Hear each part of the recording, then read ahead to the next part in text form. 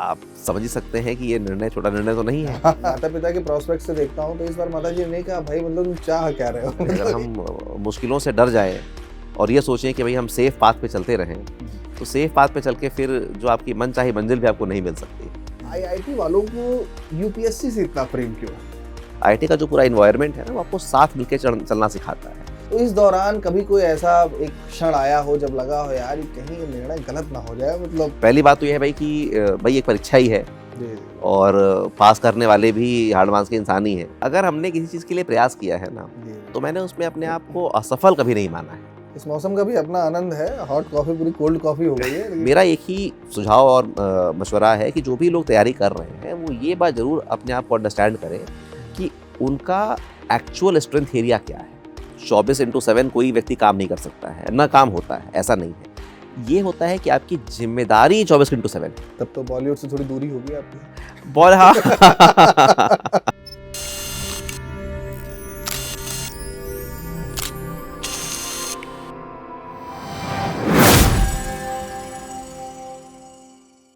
नमस्कार देवियों और सज्जनों, विजय सिंह स्टूडियो में आप सभी का हार्दिक स्वागत है।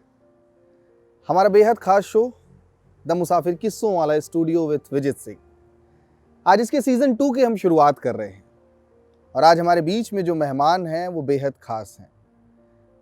बेहद उम्दा आईएएस अधिकारी श्री कुणाल सिल्कू जी। बहुत रोचक जीवन यात्रा है इनकी।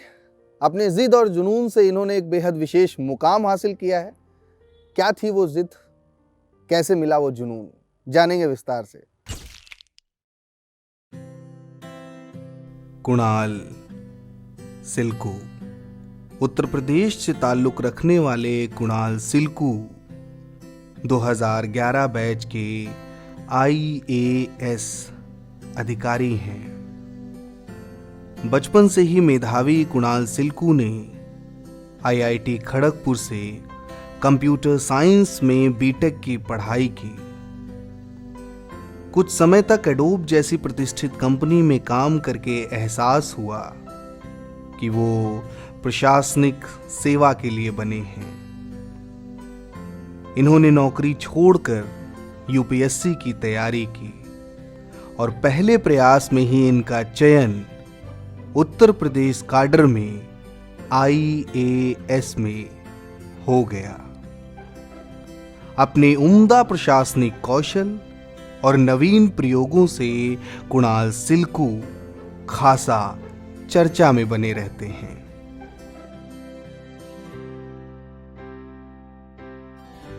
प्रशासनिक कार्यों में तकनीक के नवीन प्रयोगों हेतु इन्हें विभिन्न अवसरों पर महामहिम राज्यपाल एवं माननीय मुख्यमंत्री द्वारा सम्मानित भी किया गया है।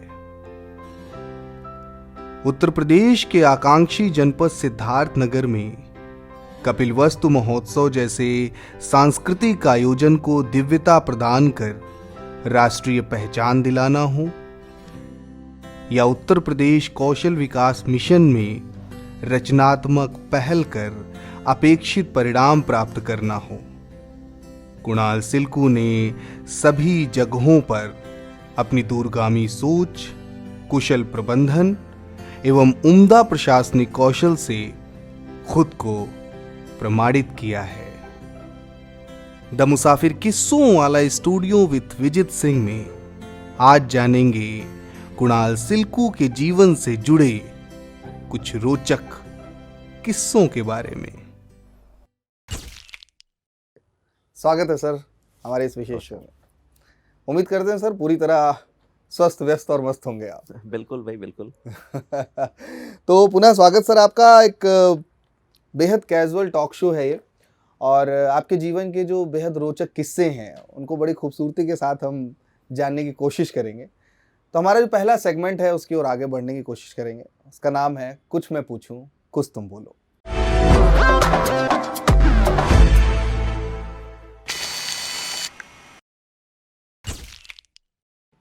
पहला सवाल हमारा ये है कि ये आईआईटी वालों को यूपीएससी से इतना प्रेम क्यों है? जीवन में एक क्रांति करना ही बड़ा मुश्किल काम होता है। मतलब आईआईटी क्रैक करना अपने आप में एक क्रांति है। बड़ी मुश्किल से वो क्रांति होती है, और उसके बाद वहाँ से बीटेक कंप्लीट होने के बाद निकल पड़ते हैं लोग दूसरे जंग की ओर, जिसका नाम है यूपीएससी। तो ये इतना प्रेम क्यों आईआईटी वालों का यूपीएससी के प्रति? देखिए, आपका ये सवाल मैं ऐसे आंसर करूँगा कि बात आईआईटी की या किसी की नहीं है। जी आईआईटी आपकी ग्रेजुएशन की पढ़ाई है और आईएएस आपकी एक तरह की जॉब की अपनी जो है एक सोच है। तो आईआईटी आपको इंजीनियरिंग की डिग्री देती है जी और उसमें आप इंजीनियरिंग की जो विधा होती है, जैसे मेरा कंप्यूटर साइंस था तो हमने जी। उसमें जो है वो चीज़ ली। लेकिन आप जब आईआईटी से पास होकर निकलते हैं तो फिर आपको ये निर्णय खुद करना पड़ता है कि अब आपकी अपनी जो करियर है, आप जो चाहते हैं कि आप किस फॉर्म में आगे नौकरी करें या समाज की सेवा कैसे करें, किस फॉर्म में करें। जी तो उसमें कुछ लोग तो ये तय करते हैं कि हम किसी प्राइवेट अच्छी कोई कंपनी होती है, जैसे अगर बात करें कंप्यूटर साइंस की, तो किसी मल्टीनेशनल फर्म को ज्वाइन कर लें। कुछ लोग ये भी बहुत लोग प्रयास करते हैं कि एंटरप्रेन्योर बन के अपनी कोई खुद की जो फर्म है उसको शुरू कर सकें। वहीं कुछ लोग ये भी प्रयास करते हैं कि जो उन्होंने जो चीज़ सीखा है अपने ग्रेजुएशन में, उससे ओवरऑल जो हमारा गवर्नेंस है, जो हमारी सोसाइटी है, उसको किस प्रकार से हम उसकी जो व्यवस्था है उसको अच्छी कर सकते हैं। तो मुझे लगता है कि ये इस वाले बेंट ऑफ माइंड के जो भी आईआईटी ग्रेजुएट्स भी हैं जी। वो प्रयास करते हैं कि आईएएस में भी सिलेक्शन हो सके उनका। हाँ, मतलब ये वाली जो सामान्य तौर पे, चूंकि हम लोग जिस पीढ़ी को देख रहे हैं, मतलब बहुत लंबा तो अनुभव नहीं रहा है जीवन का, लेकिन उसमें देखते हैं कि सामान्य तौर पे जो नई खेप आ रही है उसमें बहुत सारे ऐसे लोग हैं जो या तो आईआईटी से आए पास आउट हैं या जनरली ऐसे भी कहीं से बीटेक किए हुए हैं। तो मतलब ये प्रश्न स्वाभाविक सा है और मेरे जैसे तमाम लाखों लोगों का होगा कि भाई एक क्रांति बहुत ही जीवन में दूसरी क्रांतियाँ क्यों हो रही हैं। खैर, दूसरे प्रश्न की ओर आते हैं। जब कोई बच्चा आईआईटी की प्रिपरेशन करता है तो उसका ख्वाब होता है, उसका सपना होता है कि भाई आईआईटी में किसी तरह दाखिला मिल जाए, और आपका वो ख्वाब पहले ही अटेम्प्ट में पूरा हो जाता है। आपको बीएचयू आईटी मिल जाता है, लेकिन फिर भी आप बीच में ही बीएचयू आईटी छोड़ करके निकल जाते हैं कोटा की तरफ तैयारी करने के लिए। तो मतलब और भी आईआईटी एक्सप्लोर करने का मन था या मतलब बीएचयू आईटी में मन नहीं लगा? नहीं, देखिए, इसके पीछे की आप भी जानते हैं कि आईआईटी काफ़ी कॉम्पिटिटिव एग्ज़ाम है जी जी और उसमें काफ़ी कम सिलेक्शंस होते हैं और तब पीरियड तो बढ़े हैं। जी जी लेकिन हमने जब 2002 में दिया था एग्ज़ाम तो उस समय तकरीबन 4000 सीटें ही हुआ करती थी। उसमें कोर 5 आईआईटी थी और 2 कॉलेज साथ में, उसमें आईआईटी नहीं हुआ करते थे। उसमें आईटी बीएचयू और आईएसएम धनबाद अलग से 2 कॉलेज को बोला जाता था। वो आईआईटी नहीं कहलाते थे, जी जी 2 साथ में उनका एग्ज़ाम हुआ करता था जी। इन दोनों कॉलेजेस का।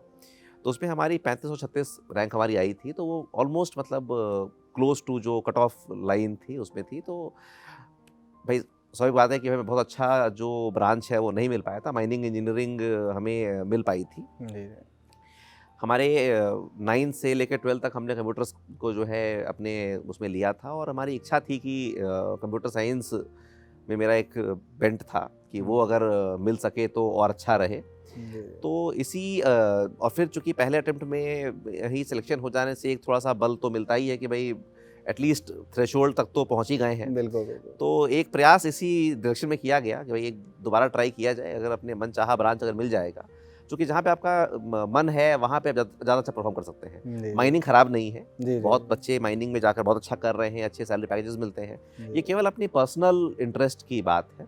तो मुझे लगता है कि उसी वजह से मैंने जो है दोबारा प्रयास किया कि एक बार जो है जी जी वो चीज़ ये प्लंज ले सकूं। नहीं, तो ये मतलब आईआईटी वहाँ पे जाने के बाद, बीएचयू जाने के बाद, और ये छोड़ने का निर्णय तो निश्चित तौर पे मतलब ये बड़ा निर्णय रहा होगा उस समय, और परिवार का कैसा विरोध रहा या उनका कैसा समर्थन रहा कि नहीं छोड़ के आ जाओ, ठीक है?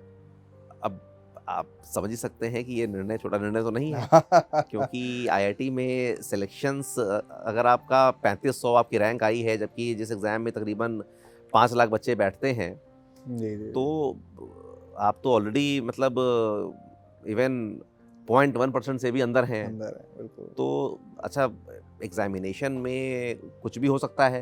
ये हो सकता है कि अगली बार एग्ज़ाम में कोई ऐसे 2 सवाल ऐसे आ जाएं जो कि आदमी ना अटेम्प्ट कर पाए या बीमार ही पड़ जाए, कुछ भी हो जाए। बिल्कुल बहुत सारी जो हैं ये चीज़ें बचती हैं, लेकिन फिर कहीं ना कहीं एक ये आत्मविश्वास भी इंसान को आगे लेके जाता है कि अगर आदमी प्रयास नहीं करे, अगर हम प्रयास ना करें, अगर हम मुश्किलों से डर जाएं और ये सोचें कि भाई हम सेफ पाथ पे चलते रहें, तो सेफ पाथ पे चल के फिर जो आपकी मनचाही मंजिल भी आपको नहीं मिल सकती है। तो परिवार का विरोध भी रहा, सपोर्ट भी रहा। देखिए, परिवार के सपोर्ट के बिना तो आप कर नहीं सकते। बिल्कुल। ऑब्वियसली विरोध शुरू में था, उन्होंने समझाना चाहा कि भाई ये निर्णय बहुत उचित नहीं लग रहा है, आप BHU में पढ़ाई करते हुए भी दोबारा IIT दे सकते हैं, BHU को छोड़ के करना बहुत उचित नहीं है, बिकॉज फिर BHU भी चला जाएगा। लोग कहते हैं a bird in hand is worth two in bush, तो एक बर्ड इन हैंड को आप छोड़ रहे हैं फॉर टू इन बुश। तो वो सब बातें रही, लेकिन फिर कहीं ना कहीं फिर जब उन्होंने समझा कि हमारी जो है पूरा माइंडसेट इसके ऊपर है कि भाई हम साथ में रह के नहीं करना चाहते हैं और पूरा फुल फोकस होके देना चाहते हैं, तो फिर उन्होंने सपोर्ट भी किया। फिर उस हिसाब से फिर चीज़ें की गई और फिर BHU में कितने दिन रहे आप? मुझे लगता है तकरीबन 1-1.5 महीने में रहा हूँ। 1-1.5 महीने। समझ में आ गया कि मतलब हाँ, कहीं और के लिए बना हो, मजा नहीं आ रहा है। तो फिर कोटा के लिए, कोटा रवाना हो गया? कोटा, हाँ, फिर कोटा हम लोग BHU से ही रवाना हो गए। उसकी बड़ी इंटरेस्टिंग कहानी है, वो कोटा कैसे पहुंचे हम लोग, उसकी जो है, क्योंकि कॉलेज छोड़ना ऐसे अलाउड नहीं होता है ना इस तरह से। ओके। तो वो उसमें फिर हमारी मदर आई और फिर हम लोग जो है अपना कुछ सामान वामान लेकर जा रहे थे, तो फिर वार्डन भी थे कि अरे भाई ये कहाँ क्या जा रहे हैं, तो उन्होंने बोला भाई अरे भाई कुछ तबीयत खराब है और बस लोकल गार्जियन के यहाँ जा रहे हैं। तो काफ़ी सामान हमने जो है छोड़ भी दिया था हॉस्टल में ही, और बस 2 बैग लेके हम लोग जो है कोटा पहुंचे, एडमिशन ले लिया था। बाद में फिर पीछे से हमारे मतलब पेरेंट्स जाके फिर वो सामान जो है वो लेकर आए, और तो इंटरेस्टिंग कहानी थी उसकी भी जो है। हाँ। लेकिन हाँ, निर्णय जरूर बड़ा था, लेकिन सपोर्ट हमें पूरा मिला परिवार का। जी। तो IIT मतलब जो भी लोग बीटेक करना चाहते हैं, निश्चित तौर पे उनके लिए एक सपने जैसा होता है IIT में दाखिला पाना। और IIT ने आपकी सोच को कैसे एक नया आसमान दिया, कैसे एक नया आयाम दिया, तो वहाँ की कुछ अच्छी स्मृतियाँ बताइए कि नज़रिया कैसे बदला चीज़ों को देखने का IIT कैंपस में। देखिए, IIT में एक सबसे बड़ी बात क्या है ना कि IIT एक ऐसा एग्ज़ाम है जिसको साइंस साइड के जितने भी बच्चे हैं वो एस्पायर करते हैं। और वो एक ऐसा मंच है जहाँ पर वो आपको पहली बार ये स्टैंडिंग दिखाता है कि आप कंट्री में कहाँ स्टैंड कर रहे हैं। क्योंकि आप स्कूल में रहते हैं, अपने स्कूल के बच्चों के साथ आप पढ़ते हैं, उनमें आप फर्स्ट रैंक ले आए, सेकंड रैंक ले आए, तो वो बातें वहीं तक जो है एक मतलब कुएं के मेंढक वाली स्थिति जो है मेंटेन रहती है। लेकिन IIT में जाने के बाद पहली बार आप ऐसे दिग्गजों से मिलते हैं। पहले तो लगता है भाई आप ही बहुत बड़े दिग्गज हैं, बट आप जब वहाँ पहुँचते हैं तो वहाँ पर एक आपको बहुत बड़ी जो चीज़ सीख मिलती है वो होती है हम्बलनेस। जो एक आदमी का अपना जो एक अहंकार होता है, अहम होता है, जो छोटी दुनिया देख कर जो आ जाता है, वो आप जब वहाँ जब पहुँचते हैं तो आप जानते हैं कि भाई दुनिया एक समुद्र है और आपसे बहुत अधिक प्रतिभावान लोग भी हैं और दुनिया में करने को बहुत कुछ है। तो ये सबसे पहली सीख तो देखिए हम्बलनेस की मिलती है वहाँ। मुझे नहीं लगता है कि IIT में जाने वाला कोई भी व्यक्ति फिर कभी अहंकारी हो सकता है, क्योंकि वो जानता है कि वो जब जहाँ पे गया था वहाँ उससे भी बड़े दिग्गज थे। और आज भी अगर आप देखें तो जो वर्ल्ड की टॉप कंपनियां हैं उनके जो CEOs हैं, MD हैं, वो IIT पास आउट हैं। तो आप समझ सकते हैं कि वो किस लेवल की जो एक टैलेंट, और जो कि इंडिया का टॉप टैलेंट है। साथ ही साथ ये बात है कि आप जब वहाँ जाते हैं तो आपका नज़रिया स्वयं से बदल के समाज की तरफ हो जाता है। क्योंकि आपको दिन वहाँ पहुँचने के बाद ना आपको अपने लिए खुद के लिए कमाई कर लेना कोई बहुत बड़ा इशू नहीं रहता है। आपको जॉब मिल सकती है, आप कोचिंग भी पढ़ा लेंगे ना अगर आप मतलब कि IIT पास करने के बाद, तो भी आप काफ़ी अच्छे पैसे अपने लिए कमा सकते हैं। और मतलब पैसे कमाने के आपके पास हर तरह के बहुत सारे एवेन्यूज़ हैं, एंटरप्रेन्योरशिप से लेके जॉब से लेके तमाम चीज़ें। तो वहाँ पे फिर इंसान ना उसके आगे की चीज़ सोचता है कि अपनी तो चीज़ जो है वो हो गई, अब जो हमने जो चीज़ सीखी है, जो नॉलेज सीखी है, वो हम किस प्रकार से इससे समाज का, सोसाइटी का कैसे हम और जो है बेहतर कर सकते हैं। तो ये एक दूसरी सोच है जो कि वहाँ रहकर ये एक बात आपको मतलब ज़रूर लोग को ये मतलब चीज़ होती है। और तीसरी बात है वो ये है कि वहाँ पर एक हेल्दी स्पिरिट में कंपटीशन करना। मतलब वहाँ पर ये नहीं होता है कि हम फर्स्ट आएँ, दूसरे वाले से हम आगे निकलें, वो ऐसी रेस नहीं होती है। IIT का जो पूरा इन्वायरमेंट है ना वो आपको साथ मिलकर चलना सिखाता है। अब जैसे वहाँ पे ओपन बुक एग्ज़ाम होते हैं, एक किताब लेके बैठो, ओपन बुक एग्जाम है लेकिन तब भी सवाल सॉल्व करिए। तो वैसे कंडीशंस में हम लोग ध्यान एग्जाम के एक दिन पहले, अब जैसे ना सब घूम रहे हैं कि भाई किसको कौन सा टॉपिक आता है, तो दूसरा वाला कोई किसी को कोई टॉपिक समझा रहा है, हम किसी कुछ और टॉपिक समझ रहे हैं। तो ऐसा नहीं कि भाई आप अच्छे हैं या आप बुरे हैं, हर व्यक्ति का कुछ अच्छा क्षेत्र है। तो साथ मिलके कैसे आगे बढ़ें, तो ये बहुत सारी अच्छी बातें हैं जो कि आईआईटी में जाने के बाद आप सीखते हैं और ये जीवन भर आपके साथ रहती हैं। बीते दिनों आईआईटी कानपुर जाने का मौका मिला मुझे। मैं एक ड्रामा कंपटीशन में एज ए जज गया था, तो मैंने ये देखा कि जो अच्छे अच्छे ड्रामा इंस्टीट्यूट है वहाँ के भी बच्चे शायद उतना अच्छा परफॉर्म ना कर पा रहे हो जितना आईआईटी के बच्चे परफॉर्म कर रहे थे। तो मतलब वहाँ जाके आपको समझ में आता है कि वो जो भी कर रहे हैं ना वो बेस्ट कर रहे हैं, वो ड्रामा हो, स्पोर्ट्स है, जो भी कर रहे हैं। तो क्या वहाँ जाने के बाद जो स्कूल वाले कुणाल सिल्कू जी थे और जो आईआईटी में एक कुणाल सिल्कू जी रहे, तो क्या आपको लगा कि ऐसे कोई एक ऐसी परत थी जो वहाँ एकेडमिक्स में तो आप शुरू से ही तेज रहे, वहाँ जाके कुछ लगा कि एक ऐसी परत थी जो यहाँ पे आने के बाद खुली? नहीं, देखिए बिल्कुल, देखिए स्कूल में मैंने पहले बताया आपको कि स्कूल में ना बहुत लिमिटेड कंपटीशन होता है। स्कूल में आपको फर्स्ट सेकंड आ जाना कोई बड़ी बात नहीं होती है, और स्कूल में स्पोर्ट्स के, सोशल कल्चरल के बहुत लिमिटेड एवेन्यूज़ होते हैं।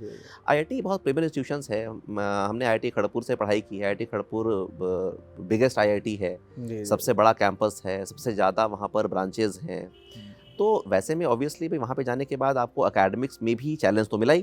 भाई एकेडमिक्स में भी जो है जब मैं गया और जब मैं पास किया तो मैं टॉप 30 में पास किया, तो भाई 29 लोग तो मेरे ऊपर थे। तो वो एक एकेडमिक चैलेंज तो पूरे टाइम बना रहा जो उसमें। और साइमल्टेनियसली वहाँ पर थिएटर में मुझे काफ़ी मतलब पहले से इंटरेस्ट, तो मैं वहीं जाके जाना, क्योंकि स्कूल में तो आप कोई थिएटर करते नहीं हैं। तो जो आपने जो परत की बात की, तो बिल्कुल ये हमने वहीं पर एक्सप्लोर किया, सांस्कृतिक परत वहाँ खुली। हाँ, वहाँ बिल्कुल उसको जो एक्सप्लोर किया, और उसमें हम लोगों ने फिर कुछ छोटे मोटे प्लेयर्स बनाए भी, किए भी, लिखे भी।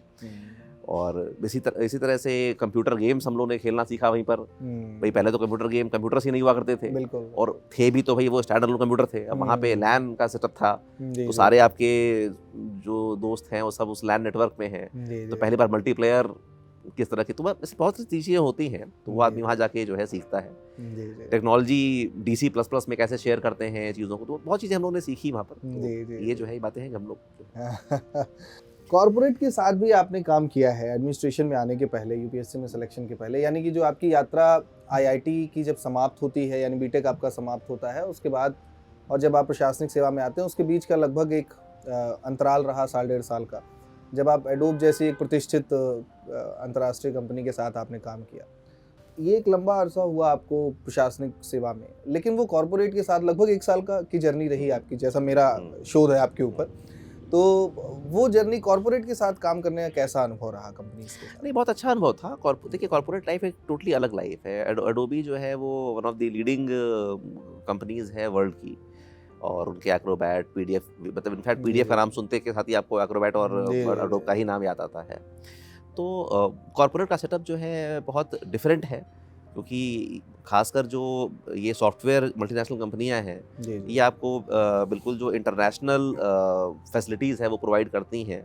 उनका जो वर्किंग एनवायरनमेंट है, जो ऑफिस स्पेस है, जिस तरह के क्यूबिकल्स और चैम्बर्स मिलते हैं आपको, वो सेम जो उनका जो US में जो स्ट्रक्चर है उसको बिल्ड करते हैं। सैलरी पैकेजेस ऑब्वियसली उनके जो है कंपेरेबल होते हैं अपने US काउंटर पार्ट्स से, और इनफैक्ट आपके प्रोजेक्ट्स भी जो होते हैं वो इंटरनेशनल प्रोजेक्ट्स होते हैं, जिसमें कि मे बी 2 लोग यहाँ से काम कर रहे हो, 2 लोग US के ऑफिस से उस पर जुड़ के काम कर रहे हो। तो बहुत अच्छा एक मतलब ग्लोबल एक एक्सपोजर था, एक्सपीरियंस था, और सारी कुछ थी। एंड बहुत से लोग जा भी रहे हैं उसमें, और वहाँ पे कुछ टाइम काम करने के बाद या तो आगे बढ़ते हैं उसी कंपनी में, या उस लर्निंग से अपना भी फर्म या कंपनी शुरू करते हैं। तो एक बहुत ही इनरिचिंग एक्सपीरियंस हमारा वहाँ 1 साल का उसमें रहा है। मज़ा आया आपको? तो ऐसा किस पड़ाव पर आकर के लगा कि आप एक क्यूबिकल में बैठने के लिए नहीं बने हैं, एक मतलब आपके अंदर जो क्षमता है, आपकी जो प्रशासनिक क्षमता है, या यूँ कहें कि उस समय तो उतना नहीं पता होता है,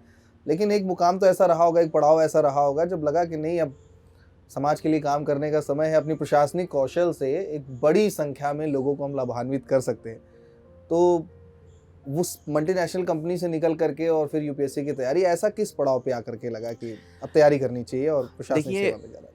यूपीएससी करने की इच्छा तो मेरी कॉलेज के टाइम से ही थी, और लेकिन ये बात ज़रूर है कि हमने अपने कॉलेज लाइफ में जैसे बहुत बच्चे ये भी करते हैं कि जब आईटी में पढ़ाई कर रहे होते हैं उस समय ही पैरेलली पढ़ाई करने का प्रयास करते हैं यूपीएससी का, तो मैंने उसका प्रयास नहीं किया था। एक रीज़न ये भी है कि चूंकि हमारी मदर पुलिस सर्विस में थी, तो थोड़ा सा एक प्रशासनिक जो है क्या होता है, मतलब वहाँ पर लाइफस्टाइल क्या है और आपकी फैसिलिटीज़ क्या हैं, चैलेंजेस क्या हैं, एक रियल टाइम अनुभव था। जी जी केवल ये नहीं कि आपने किताबों में पढ़ा है या किसी से सुना है, आप रियल टाइम आपने देख रखा है, भाई एटलीस्ट पुलिस को देख ही रखा है आपने जी जो जी है। जी और आप जब पुलिस के साथ रहते हैं तो प्रशासनिक एसडीएम वगैरह से आपको इंटरेक्शन मिलना होता है, जी तो उनसे बातचीत और बाकी। तो मुझे एक मतलब फर्स्ट हैंड एक्सपीरियंस था पहले से कि जी। प्रशासनिक सेवा में मुझे क्या मिलने वाला है और मुझे क्या करना पड़ेगा। जी तो इच्छा मेरी सदा से थी, मेरा कभी भी ये बेंट नहीं रहा कि मैं किसी मल्टीनेशनल फर्म में काम करके और बहुत ज़्यादा कोई यूएस जाऊं और मतलब आर्थिक रूप से बहुत ज़्यादा जी लाभ कमाऊं, और ये वैसा नहीं रहा। शुरू से एक वो चीज़ रही भाई कि अपनी कंट्री डेवलपिंग कंट्री है और जी, जी। यहाँ पर अभी टेक्नोलॉजी का बहुत ज़रूरत है। अब जी। आज भी देखें तो अब तो मुझे पास हुए काफ़ी समय हो गया है। जी जी उस समय 2007 में तो जब मैं निकला था कॉलेज से तो कंप्यूटर बहुत नई चीज़ थी जी जी और ऑलमोस्ट पूरा प्रशासन जो है वो टेक्नोलॉजी बेस्ड नहीं था। जी तो और हम लोग को दिखता था कि भाई कितने छोटी छोटी बातों के लिए लोग को परेशान होना पड़ता है। तो मुझे कहीं ना कहीं था कि भाई कि जो हमारी अपनी एक क्षमता है प्रोग्रामिंग की, कोडिंग की, जो अंडरस्टैंडिंग है, जी इसको हम लोग कहीं ना कहीं इम्प्लीमेंट कर सकते हैं जब आएंगे प्रशासन में। जी तो इच्छा शुरू से थी और जब मैंने अडोबी ज्वाइन की तो ज्वाइन करते के साथ ही मैंने कुछ एक आधा कोचिंग्स में दाखिला भी लिया था साथ साथ में ही, और तकरीबन 1 साल हमने ज्वाइंट वो प्रयास किया अरे वाह कि मतलब उसमें सुबह हम लोग 2 घंटे कोचिंग किया करते थे और उसके बाद फिर 10-11 बजे से जी जी अपना बैठा। चूँकि अडोबी में ये फ़ायदा था कि उसमें आपके फ्लेक्सिबल आवर्स होते हैं।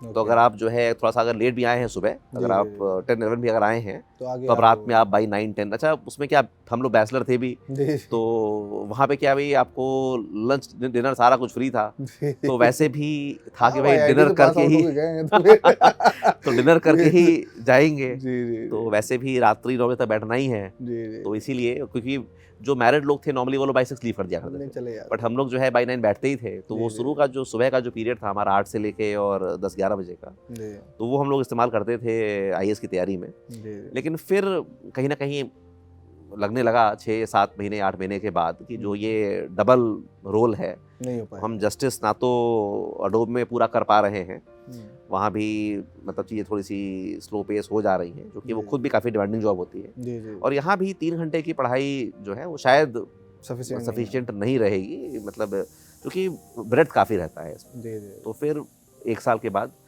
वो मुकाम फिर आया जबकि उन्हें लेना पड़ा कि भई अब नौकरी को पूर्णतया छोड़कर और जी ये जी किया जाए। तो तैयारी उसको की लेकिन फिर अगेन वो निर्णय लिया गया और फिर पूर्ण जी। रूप से नौकरी को छोड़कर और फिर फुल फ्लेज्ड जो है फिर तैयारी की गई एक उसके बाद। साल तैयारी की आपने हाँ, तकरीबन 1 साल 2010 में हमने एग्ज़ाम दिया है, 8 में हमने जॉब छोड़ा था। जी, तो 8 के जून में हमने जॉब छोड़ा है, तो जी, वही जी। तकरीबन 1 डेढ़ साल समझ 1.5 लीजिए साल। कि तो फरवरी जब मार्च में प्री शुरू हो जाता है। जी जी तो आप कितने मेधावान नहीं है तो मतलब आपने समय समय से प्रमाणित किया ही है। मैं ये जानना चाह रहा हूँ जब आप जॉब छोड़ रहे थे तो उधर से कोई दबाव या मतलब कि भाई मत छोड़ो या मतलब कंपनी की तरफ से कुछ ऐसा एक नहीं, कंपनी बिल्कुल चाह रही थी कि हम जॉब ना छोड़ें। उन्होंने एचआर ने बुलाया भी कि भाई सैलरी का इशू है तो बताइए, we can increase the salary, जी या और कोई बात है अगर आपको यूएस में पोस्टिंग, वहाँ पे अगर आपको इच्छा है, जी जी तो वो सारे ऑफर्स जो है दिए गए थे। क्योंकि देखिए वो लोग वैसे भी बहुत लिमिटेड लोग को सिलेक्ट करते हैं। जी जी अब अडोबी ने अगर हम बात करें तो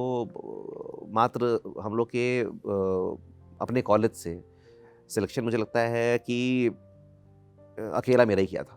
अच्छा आईआईटी खड़गपुर से उन्होंने केवल एक सिलेक्शन किया था। जी जी तो अब उनको भी लग रहा था कि भाई हमने एक ही हाँ, सेलेक्ट किया है वो और भी जा रहा वो है। भी, हाँ, तो वो लोग चाहते हैं कि जो मतलब रिसोर्सफुल लोग हैं वो ना जाएं। लेकिन जब मैंने समझाया कि अरे आपकी कोई उसमें कोई कमी नहीं है और मैं बहुत खुश रहा हूँ यहाँ पर काम करने में, और अगर भगवान ने चाहा तो दोबारा भी जो है आपके साथ काम करने चाहेंगे, लेकिन अभी फ़िलहाल हमारी इच्छा कहीं और है, जी जी तो उसको हम चाहते हैं। तो वो भी समझे, वो लोग जी, समझे उस बात जी, को। ठीक है। तो मतलब एक माता पिता के प्रोस्पेक्ट से देखता हूँ तो इस बार माता जी ने नहीं कहा भाई मतलब तुम चाह क्या रहे हो मतलब एक बार तुम वहाँ 1-1.5 महीने पढ़ाई करके छोड़े फिर यहाँ साल भर इतना अच्छा पैकेज और सारा सब कुछ, पैकेज तो नहीं पूछूंगा आपसे लेकिन फिर भी हैंडसम पैकेज रहा होगा आपका, तो उस समय वो जब छोड़ा तो फिर माता जी पिताजी ने नहीं कहा भाई मतलब क्या ये कितनी क्रांतियां होंगी नहीं, इस बार वो यूज्ड टू हो चुके थे। इस बार तो थोड़ा भरोसा बढ़ चुका था कि भाई लड़का कुछ ना कुछ कर मानेगा लेगा, है नहीं वो कुछ ना करेगा कुछ कर लेगा। तो हम्म, इस बार उतना अब बर्ड इन हैंड वाली बात नहीं आ रही थी, जी क्योंकि ये है कि देखिए अब आपके पास आईटी की डिग्री है, आपके पास 1 साल का वर्क एक्सपीरियंस है, जी तो आपके पास बहुत से रास्ते खुले रहते हैं। आप बिल्कुल। एमबीए कर सकते हैं, आप दोबारा उस कंपनी को ज्वाइन कर सकते हैं। जी मतलब इस समय इतना रिस्क नहीं होता है। एक बार आप जब यहाँ पे आप आ चुके होते हैं, तो ये वाला जॉब छोड़ना ये एक कंपैरेटिवली आसान निर्णय था। जी पिछला बार जो हमने जो आईटी में छोड़ा था, वो एक बहुत कठिन निर्णय था, जो कि उसमें आपके पास कुछ भी नहीं था। कुछ भी नहीं। आप बस एक 12th पास थे, और अगर आपका सिलेक्शन नहीं होता तो फिर आप अगेन जो है आप कहीं नहीं रहते। तो उसी ये शून्य पे निर्णय, आगे हाँ, खड़े हो जाते हाँ, तो फिर उस हिसाब से देखें तो ये निर्णय उससे कहीं सरल जी। निर्णय था। अच्छा, आईएएस की प्रिपरेशन जैसा आपने बताया, आप दिल्ली से किया आपने आईएएस की जी। प्रिपरेशन, तो जॉब भी आपकी एडोब वाली दिल्ली में ही थी? हाँ, नोएडा में थी। नोएडा में थी, वही एनसीआर एरिया। तो आईएएस की प्रिपरेशन के दौरान तकरीबन 1.5 साल का एक समय था आपके पास, तो इस दौरान कभी कोई ऐसा एक क्षण आया हो जब लगा हो यार कहीं ये निर्णय गलत ना हो जाए, मतलब सब कुछ छोड़ छाड़ के तो आए हैं, 1.5 साल हो गया, ऐसा ना हो जाए यार, मतलब कहीं कुछ नहीं हुआ सिलेक्शन तो क्या, कोई ऐसा क्षण आया जब नहीं, अविश्वास देखिए, थोड़ा सा ये पैदा हुआ? मैं आपसे बिल्कुल सच बात बोलूँगा, ये फीलिंग मुझे कभी नहीं आई।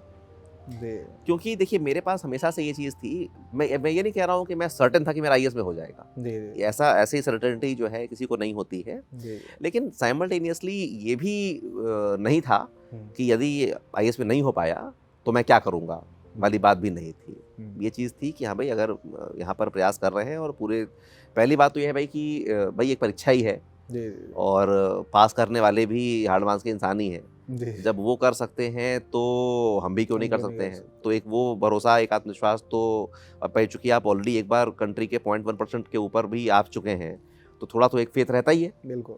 और दूसरा ये भी था कि फिर चूंकि एक हमारा बैकग्राउंड था, तो उसमें एक चीज़ थी कि भाई अगर नहीं भी होगा तो दूसरे एवेन्यूज़ जो हैं वो तलाशे जाएंगे, और ऐसा नहीं है कि कुछ हो रहेगा। इसीलिए, और प्रिपरेशन में समय लगता है, मैं जानता था कि भाई जी। तैयारी कोई ऐसी नहीं है। और अच्छा, मेरा देखिए बैकग्राउंड रहा है कम्प्लीटली साइंस का पूरे टाइम, जी और यूपीएससी जो है मोस्टली आर्ट्स फोकस्ड है।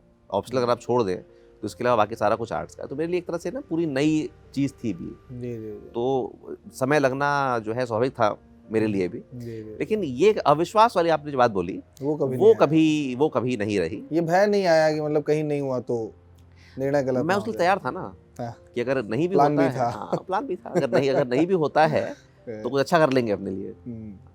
तो जॉब के दौरान थोड़े बहुत तो पैसे बचा लिए होंगे कि प्रिपरेशन के लिए घर से ना मांगना पड़े? पैसे तो थोड़े मोड़े बच ही जाते हैं, ऐसा नहीं है। और क्योंकि भाई कितना खर्चा ही होता है जब बैचलर रहते हैं, तो जी जी जी तो बहुत वो उसमें नहीं रहता है। नहीं, कुछ लोगों का बैचलर रहने में ज्यादा खर्च हो जाता है। नहीं, हम लोग उस तरह वाले बैचलर नहीं थे। तो हाँ, बल्कि वैसे कुछ बचे भी थे। हमने फिर एक छोटी सी कार भी उस समय परचेज इनफैक्ट कर ली थी, सैंट्रो जी, जी। कार हमने ली थी। बाद में मैं जब जॉब मैंने जब छोड़ दी, तो हमने वो कार जो है अपने मतलब पेरेंट्स को हमने दे दिया था। उनके पास जी। मतलब कार नहीं हुआ करती थी, जी जी तो हमने उनको दे दिया था। तो मतलब लेकिन ठीक है, हाँ, मतलब ऐसा घर पे डिपेंडेंस जो है मतलब जी। उस हिसाब से नहीं रही। इसके बाद भी बहुत चीज़ों के लिए ऐसा नहीं कि उन्होंने नहीं पैसे दिए हैं, क्योंकि भाई जी। अब देखिए एक साल में आप कितना कमा लेंगे। बिल्कुल आपने सही आपने है। जब कार भी ली है, सारा कुछ है तो। जी लेकिन ये है कि कभी ये कोई बात कभी पेरेंट्स ने भी नहीं रखी कि अब अभी आप पैसे आपको घर से भी देने पड़ रहे हैं या जो भी जी, कुछ है, जी, तो वो बात कभी उसमें नहीं। जी। तो आज तो चूंकि आप प्रशासनिक पद को शोभायमान कर रहे हैं, सारे पर्क्स आपको मिले हुए हैं, आवास से लेके सब कुछ, प्रिपरेशन लाइफ के बारे में बताइए कि वहाँ पे किस तरह का मतलब रहने वगैरह की व्यवस्थाएं कैसी थी? कई लोग मिलके रहते थे या क्या था? भोजन वगैरह खुद बनाते थे? देखिए, ये अब जैसे हमने दिल्ली में तैयारी की, दिल्ली में राजेंद्र नगर कॉलोनी है, वहाँ पे हम लोग रहते थे। तो जी, जी। वो उसका ना बड़ा मतलब समझ लीजिए कि factory based kind of system है। बड़ा मतलब एकदम जो है जी, जी। आपका चीज़ें जो माहौल है, पूरा हाँ, उसी वो तरह ऐसा का बना है। हुआ है। वहाँ पे आपको हर घर में, जितने भी घर हैं उस कॉलोनी के, हर घर में आपको टेनेंट्स मिल जाएंगे। तो हमने जी, भी एक छोटा कमरा, वहाँ तो सभी तैयारी कर रहे हैं कमरे, competition की। हाँ, कमरे किराए पे देते हैं लोग जो है वहाँ पर। जी, जी, पूरा तो फ्लैट कोई लेता नहीं है, तो कमरे किराए पे मिलता है। हमने भी अभी एक कमरा जो है ले रखा था। उसमें कुछ जी। कमरे जो थोड़े बड़े होते थे उसमें डबल, अच्छा, मेरा सदा से भाई डबल शेयरिंग का हमारा कभी वो ना रहा, अकेले रहे। हाँ, क्योंकि हमारा था कि भाई अब थोड़ा हमको हम्म, कमरा छोटा हो उससे फ़र्क नहीं पड़ता है, हम्म, लेकिन अलग होना चाहिए ताकि हम अपने हिसाब से और अपने समय तैयारियां के कर अनुरूप सकें। अपने जो है उसको पढ़ाई कर सकें। तो हमारा एक सिंगल रूम था, उसमें हमने, और वहाँ बड़ा एस्टैब्लिश्ड टिफ़िन सिस्टम होता है, हम्म, क्योंकि अब देखिए खाना पकाना अपने आप में एक जो है बड़ा जटिल कठिन, कार्य है। हाँ, वो है, और उसमें काफ़ी समय व्यतीत होता है। जी, जी। तो इसीलिए वहाँ पर एक बहुत अच्छा टिफ़िन सिस्टम चलता है। हम्म, तो उसी मोड में हम लोग जो है रहते थे। और प्रिपरेशन टाइम थी बहुत डल होती है, बहुत मतलब लाइफलेस टाइप की होती है। उसमें आप कोचिंग गए, कोचिंग से वापस घर आए, अपने पढ़ाई में लगे हुए हैं, तो वो वाला पार्ट जो है वहाँ पे ज़्यादा कुछ करने को नहीं होता है उस फेज ऑफ लाइफ में। वो क्षण बताइए जब रिजल्ट आया फाइनल, मतलब प्री का तो खैर जो भी है, तो उसके बारे में बताइए। मतलब वो कैसा क्षण था, आपने कैसे रिजल्ट देखा, और क्या माता पिता ही साथ में थे, आप अकेले थे, क्या था उस क्षण के बारे में बताइए। बड़ा रोचक क्षण रहा होगा वो, फाइनली लगा कि मतलब हो गया, आप सिलेक्शन हो गया। आईएएस की बात कर रहा हूं। जी एक्चुअली अब देखिए उस क्षण की फीलिंग्स को तो कोई शब्दों में बयान नहीं कर सकता है, क्योंकि वो तो एक ऐसी फीलिंग होती है जो आप केवल महसूस कर सकते हैं। क्योंकि बहुत सारे जॉइंट फीलिंग्स जो है साथ में आते हैं, क्योंकि आप एक लंबे समय से आप एक प्रयास कर रहे होते हैं। और इनफैक्ट रिजल्ट भी मैंने खुद नहीं देखा था। रिजल्ट मॉर्निंग में आया था, तो हमारे एक मित्र ने बल्कि मुझे फ़ोन किया कि भाई आपका सिलेक्शन हो गया है, आपकी फला रैंक आई है। तो नहीं, आपको पता नहीं था उस दिन की रिजल्ट आना है? एक्चुअली रिजल्ट का डेट ना अब शायद लगी है आने, पहले एक संभावित डेट रहा करती थी। कोई ऐसी फिक्स डेट की आज रिजल्ट निकलना है ऐसा करके नहीं रहा करता था। तो संभावित था कि भाई पिछले साल इस जोन में आया है रिजल्ट। तो जैसे अगर मुझे याददाश्त सही है तो हमारी 11 मई को रिजल्ट आया था 2011 में।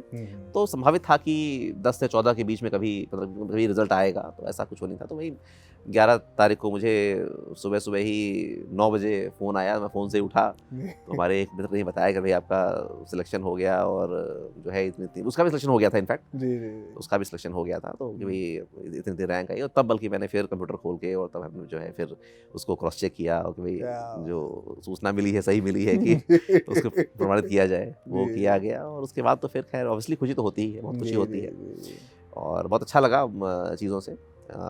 अच्छी बात यह है कि हमने जो सर्विस भरी थी और जो कैडर भरा था, तो मेरी रैंक में मुझे दोनों चीज़ें ही मिल रहे थे, अपना कैडर भी और अपनी सर्विस भी। तो उसमें निराशा का एक भी पॉइंट नहीं था। हमने यूपी कैडर आईएएस पहला चॉइस भरा था और मुझे वो मिल रहा था। तो क्योंकि बहुत बार ये होता है ना, जैसे आपने मंच मांगा हुआ है कोई कैडर, लेकिन आपको वो कैडर नहीं मिला, तो थोड़ा आपकी खुशी में एक हल्का सा डेंट होता है। तो यहाँ पे वही बात भी नहीं थी, तो सब कुछ ही मिला। तो इसीलिए मतलब वो तो खैर बहुत ही एक अच्छा पल था। दिल्ली में ही थे उस समय जब रिजल्ट आया? दिल्ली में थे, हॉस्टल में थे। और माता पिता जी? वो लोग अपने घर पे थे। तो उनको जब सूचित किया गया होगा तो वो तो सब लोग, हाँ, तो बहुत खुशी का पल था। आपकी फैमिली में आप पहले व्यक्ति रहे जो आईएएस सर्विस, तो हाँ मतलब सबसे पहले मतलब मैंने ही क्लियर किया है। हमारी मौसी हैं वो आईआरएस हैं, मौसा जी। मम्मी हैं वो स्टेट पुलिस से उन्होंने वो किया था, बाद में उनको आईपीएस अवार्ड हुआ उनको। तो लेकिन हाँ मतलब रेगुलर रिक्रूट आरआर आईएएस तो मतलब हम पहले ही अपने फैमिली के रहे। क्या बात। और उसके बाद से तो खैर आपने जो एक मुकाम हासिल किया है, जो अपनी पहचान बनाई है, उससे मतलब हम सभी समय समय से गौरवान्वित होते रहते हैं। ये हमारा पहला सेक्शन था, कुछ मैं पूछूं कुछ तुम बोलो, और आपने बहुत कुछ बोला, हमें बहुत आनंद आया।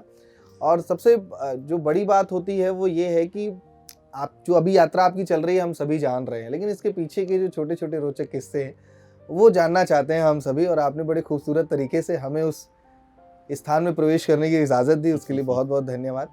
अब आपकी इजाज़त हो तो हम दूसरे सेगमेंट की ओर आगे बढ़ें, जिसका नाम है पहली बार।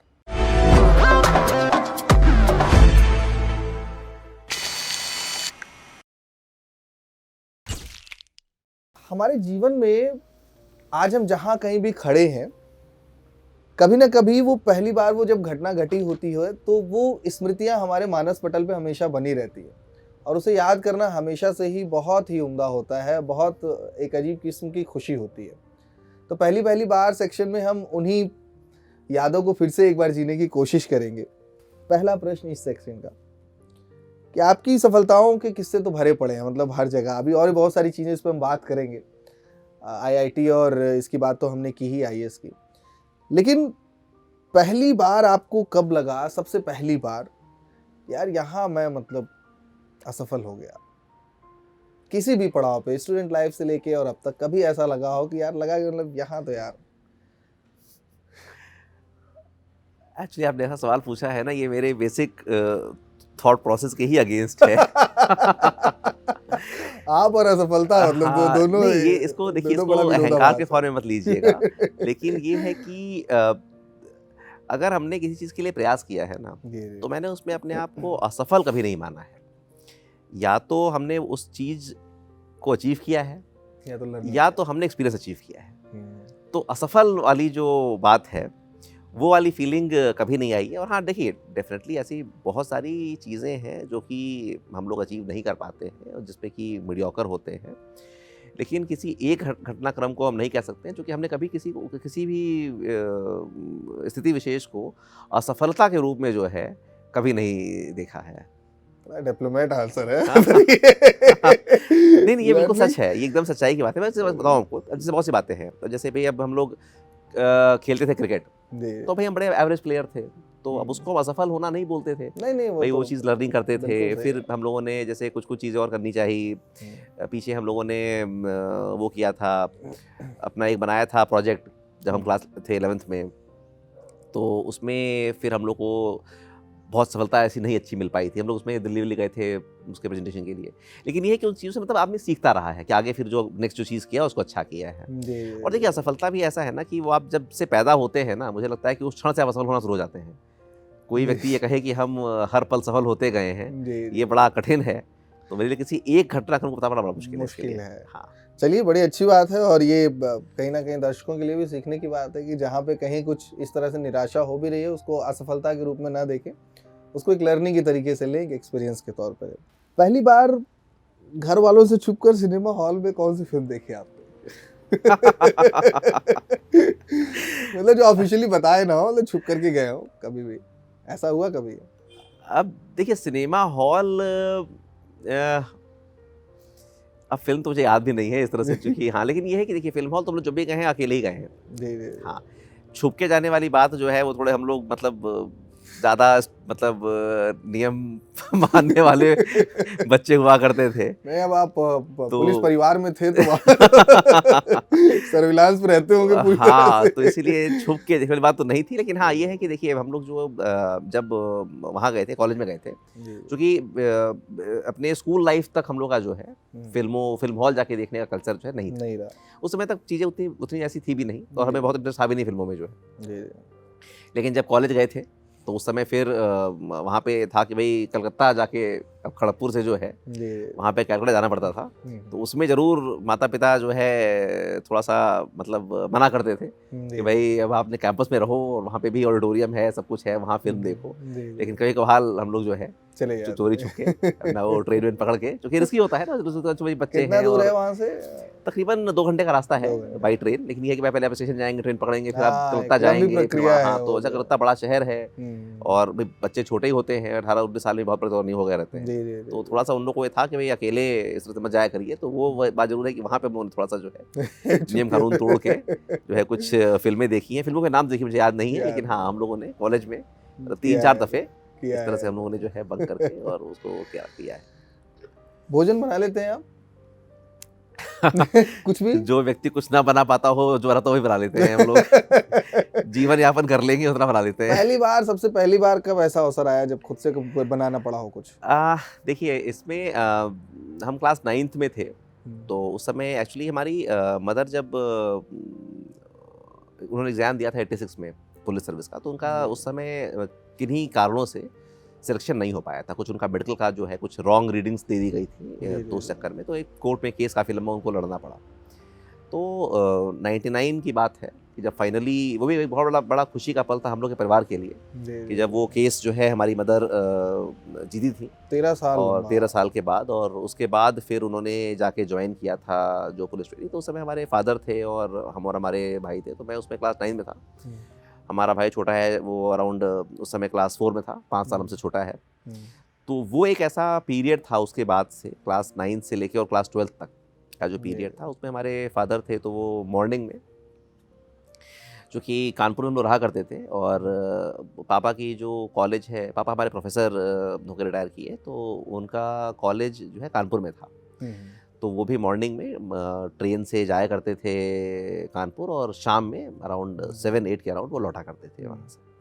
तो सुबह के टाइम पर जब वो जाया करते तो हम लोग का जैसे नॉर्मल टिफ़िन और वो तो करके वो ही use to cook a lot and दिन की कुछ खाना जो है दिन के लिए वो बना दिया करते थे। लेकिन जब फिर हम जब लौटते थे तो उसके बाद जो दोपहर का जो भोजन है उसमें मतलब जो भी चीज़ें जो मतलब बाकी बच जाती हैं, चावल दाल वगैरह चीज़ें, तो वो सारी जो है वो कुकिंग हमें जो है वो मेरे जिम्मे था। तो वो हमने तकरीबन समझ लीजिए कि तकरीबन 4 साल जो है वो कुकिंग हमने एक टाइम की। क्या बात है। तब तो आप अच्छे कुक हो गए होंगे, मतलब 4 साल मैं तो क्लेम नहीं करता हूँ। किसी भी अपने टैलेंट के लिए सबसे पहला पेमेंट आपको कितने का मिला, मतलब ऑफिशियली जब जॉब में आए उसके पहले? देखिए, पहला पेमेंट अगर आप बोलेंगे तो पहला पेमेंट तो मुझे मिला था 1500 रुपए का, जो ये जब मेरा सिलेक्शन आईआईटी में फर्स्ट टाइम हुआ था, आईआईटी बीएचयू में जब हुआ था। ओके। तो उस टाइम पे हमने फिटजी की कॉरेस्पॉन्डेंस कोर्स ज्वाइन की थी उस समय। ओके। तो फिटजी वालों ने जितने भी बच्चे सिलेक्ट हुए थे तो उन सारे मतलब बच्चों को दिल्ली बुलाकर और तो दिल्ली आने जाने का टू एंड फ्रो का ट्रेन का टिकट और 1500 रुपए का चेक ये दिया था। तो सबसे पहली कमाई अगर बोली जाए तो कमाई तो देखिए वही है 1500 की। उस समय तो 1500 रुपए भी है बड़ी रकम होती थी। बड़ी छोटी अलग बात है, वही मतलब एक ऐसी चीज़ थी कि जो हाँ जो बल्कि उसकी भी आगे की भी रोचक कहानी ये है कि वो चूंकि पहला चेक था तो कभी भुनाया नहीं गया। अरे क्या बात तो वो रखा ही रह गया, वो पैसे मुझे नहीं मिले, वो चेक आज भी हमारे पास ही है 1500 रुपए का। बहुत बढ़िया। बीते दिनों में और भी किसी का इंटरव्यू देख रहा था, हाँ शारिब तोशी का, सिंगर जो है, तो उन्हें भी शायद पहला चेक 50,000 का मिला था, तो उन्होंने उसको भी संभाल के रखा कि नहीं। तो मैं तो ये सोचता हूँ कि क्यों नहीं उसकी फोटोकॉपी करा के लोग रख लेते तो मतलब लेकिन ठीक है, वो भी एक आनंद है कि उसको हमेशा संभाल के रखना है। वो एक कारण था, उसमें अकाउंट था ही नहीं।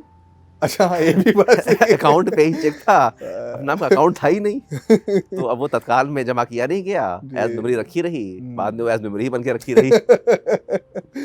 ये बढ़िया, लेकिन रोचक बात है कि सही है, उस समय मिला रहा होगा तो अकाउंट जैसा कुछ रहता नहीं था। तो बाद में फिर जब आप आए होंगे तो बाद में, हाँ तो बाद में नहीं, इवन कॉलेज में गए थे तो अकाउंट वगैरह बन गए थे। जी जी। हाँ, लेकिन उस समय आप जब होते हैं घर में होते हैं तो आप घर का बच्चों के खुद के अकाउंट कहाँ होते हैं, जी जी, कम मतलब उसमें पहले कम हुआ करते थे। जब हम प्रोफेशनल लाइफ में आ जाते हैं तो जो फ्रेंड्स बनते हैं प्रोफेशनल फ्रेंड्स होते हैं, और लेकिन जो अभी भी ये होता है कि जो बचपन के मित्र होते हैं, ऐसा लगता है असली सुख दुख के साथी वही हैं, क्योंकि वहाँ कोई स्वार्थ नहीं होता है। तो पहला स्कूल का कौन मित्र रहा आपका जो अभी जहन में हो, क्योंकि अब तो लंबा समय हो गया होगा, आप लोग मिलते भी नहीं होंगे, स्कूल के दौरान? देखिए, स्कूल में मेरी हमने 3 स्कूल में पढ़ाई की है। सबसे पहला मेरा जो स्कूलिंग हुआ है वो पटना में हुआ है, और वहाँ पे हमने नर्सरी से लेकर क्लास 2 तक की पढ़ाई की।